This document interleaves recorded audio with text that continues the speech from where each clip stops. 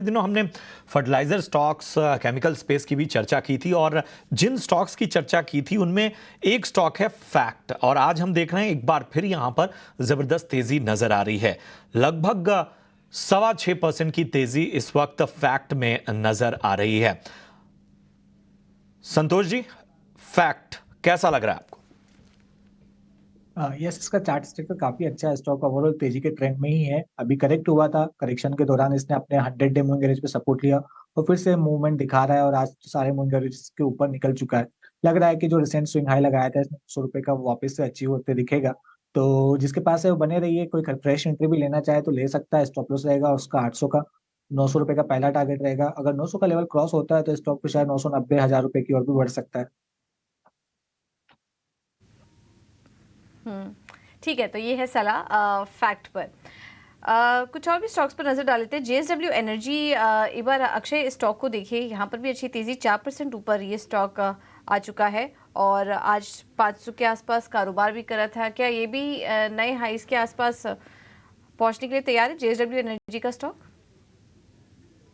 Strong chart structure है JSW energy का। अगर मैं शॉर्ट टर्म देखूं, लॉन्ग टर्म देखूं, चार्ट स्ट्रक्चर बहुत ही स्ट्रॉन्ग है। गए कुछ दिनों में एक रेंज में सीमित है। 480 का बेस है, 510 का अपर एंड ऑफ द रेजिस्टेंस है, पर एक्यूमुलेशन जोन में है। थोड़ा सा ब्रेक ले रहा है, रेस्ट कर रहा है stock before next momentum round kick off हो जाए। तो आप ये बाइंग में पार्टिसिपेट करें। रेंज में ब्रेकआउट जल्दी आपको देखने को मिलेगा, जहां पे आपको 530 से 540 ये आपके लक्ष्य बनेंगे। तो अब 477 के स्टॉप से आप बाइंग कीजिए फॉर अ टारगेट ऑफ 540। ठीक है, तो ये नज़रिया इस वक्त आपको मिलता हुआ जेएसडब्ल्यू एनर्जी पर, पॉजिटिव नज़रिया इस वक्त आता हुआ। और आज हम देख रहे हैं कि टेक्सटाइल स्टॉक्स में भी अच्छी तेज़ी नज़र आ रही है।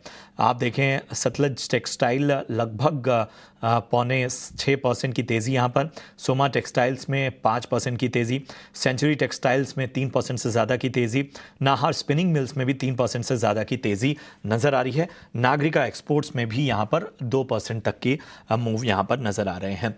अक्षय जी बताइए, टेक्सटाइल स्टॉक्स में लगभग 5 नाम मैंने आपके सामने रखे, इसके अलावा भी कोई आपको जहाँ पर बेहतर मोमेंटम नज़र आ रहा हो तो उस पर भी राय दें।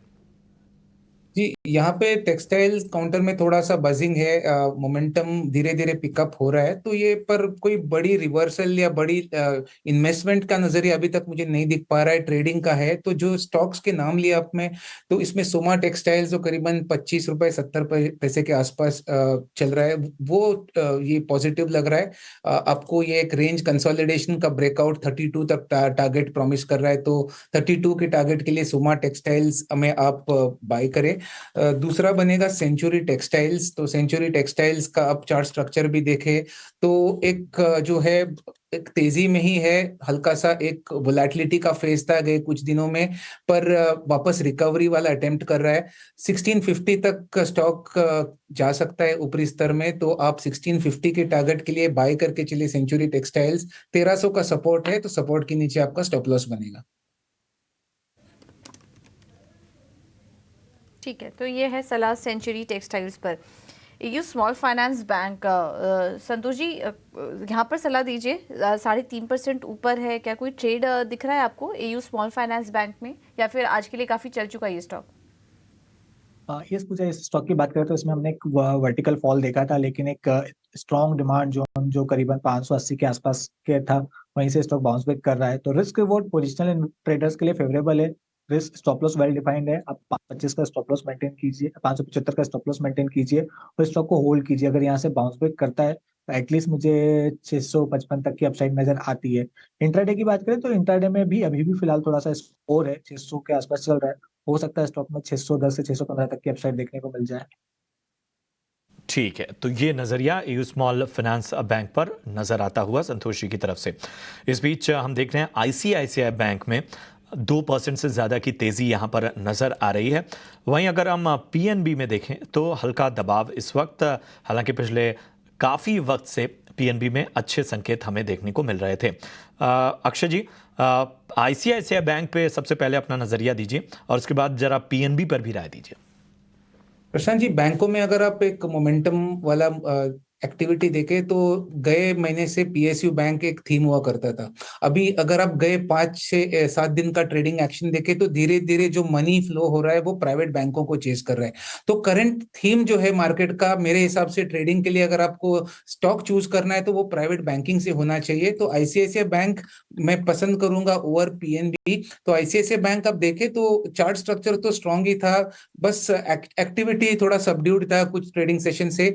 आज डे ट्रेडिंग में काफी स्ट्रांग बाइंग एक्शन देखने को मिल रही है, फ्यूचर्स एंड ऑप्शंस में भी बाइंग की पार्टिसिपेशन देखने को मिल रही है, और एक ब्रेकआउट की तैयारी में है जो है 1050 के ऊपर। मेरा मानना है जल्दी आपको ब्रेकआउट देखने को मिल जाएगा और 1087 तक आईसीआईसीआई बैंक आपको दिख सकता है। तो मेरी बाइंग करने की राय रहेगी आईसीआईसीआई बैंक में। सपोर्ट एरिया है करीबन 1000 का, तो उसके नीचे आपका स्टॉप लॉस बनेगा। और पीएनबी का जो जिक्र किया आपने, नेगेटिव तो नहीं है चार्ट स्ट्रक्चर, बस थोड़ा एक टाइम करेक्शन में जा सकता है, जहां पे एक रेंज में सीमित रह सकता है पीएनबी, शायद 125 और 130 ये रेंज में सीमित रहे तो शायद थोड़ा इनएक्टिव रहेगा, वॉल्यूम्स कम रहेगा। तो मोमेंटम चेज करना है तो आईसीआईसीआई बैंक बाय करने के लिए राय रखूंगा।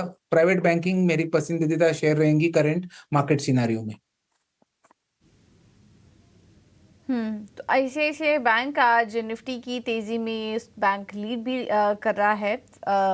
सबसे ज़्यादा कंट्रीब्यूशन यहाँ से ही देखने को मिल रहा है और अभी भी 1087 के लिए आप खरीदारी करके चल सकते हैं। ब्रेकआउट के लिए तैयारी में है आईसीआईसीआई बैंक का स्टॉक, तो स्टॉक पर नज़र रखिए आप। चलिए अब आगे बढ़ते हैं और रुक करते हैं हमारी अगले सेगमेंट का मुनाफे का ऑप्शन।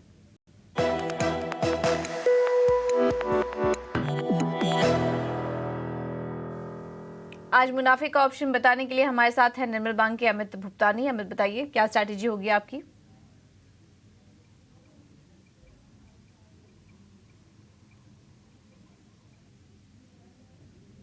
अमित, आपको आवाज आ रही है? हेलो।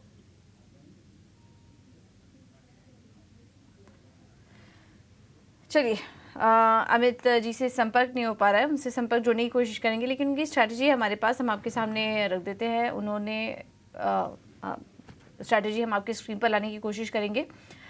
उनकी बायोकॉन पर खरीदारी करने की सलाह है। 800 का कॉल खरीदने की सलाह उन्होंने दी है बायोकॉन पर। माफ़ कीजिएगा, 300 की कॉल खरीदने की सलाह दी है बायोकॉन पर। 7 रुपये के आसपास है और 12 रुपये के टारगेट के लिए आप यहाँ पर तेज़ी करके चल सकते हैं।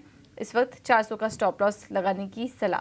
थोड़ा नीचे है स्टॉक, 2.5% नीचे आज कारोबार कर रहा है। हालांकि हम दूसरे फार्मा स्टॉक्स देख रहे हैं, वहाँ पर अच्छी तेज़ी बन रही है, लेकिन यहाँ पर फिलहाल जो गिरावट है उसमें 300 की कॉल बेहतर रिस्क रिवॉर्ड रेशियो देगी आपको, तो यहाँ पर आप नज़र रखिए। और एक डिस्क्लोजर भी आपके लिए चला देते हैं, अगर आप ऑप्शन में ट्रेड कर रहे हैं तो संभल के ट्रेड कीजिए, क्योंकि ज़्यादातर लोगों को यहाँ पर नुकसान होता है। चलिए अब आगे बढ़ते हैं और कुछ और स्टॉक्स पर नजर डाल लेते हैं। जाइडस लाइफ साइंसेज एक और फार्मा स्टॉक आ रहा है इस वक्त रडार पर, और जिस तरह से हम देख रहे हैं फार्मा स्टॉक्स में तेजी है। हमारे एक्सपर्ट भी कुछ फार्मा शेयर्स में रणनीति लेकर आए थे आपके लिए, बट अक्षय आपसे समझना चाहेंगे जाइडस लाइफ साइंसेज कैसा लग रहा है आपको इन स्तरों पर? तो देखिए, फार्मा एक थीम है डे ट्रेडिंग के लिए, और फेब्रुवरी सीरीज में भी। तो जाइडस लाइफ साइंस की बात करूं तो 800 से लेके बहुत ही स्ट्रांग वॉल्यूम एक्शन देखने को मिला है, और वहां से जो है स्टॉक ने बहुत ही तेजी से मूव भी ऊपर की तरफ करा है। तो यहाँ मैं मान के चल रहा हूँ मोमेंटम चेज करने वाली बात है। 908 का रेट है, 930 से 940 ये टारगेट एरिया बनते हुए दिख रहे हैं। सपोर्ट 880 का रहेगा, तो आप बाय कर सकते हैं। थोड़ा ट्रांचेस में बाय करें तो बेहतर रहेगा। 900 905 के स्तर में एक्यूमुलेट करें तो बेहतर रहेगा।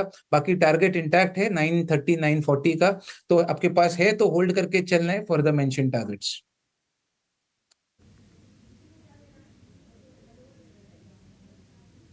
ठीक है, तो ये है सलाह जाइडस लाइफ साइंसेज पर। एक छोटे से ब्रेक के लिए हम यहाँ पर रुकेंगे, आप बने रहिए हमारे साथ।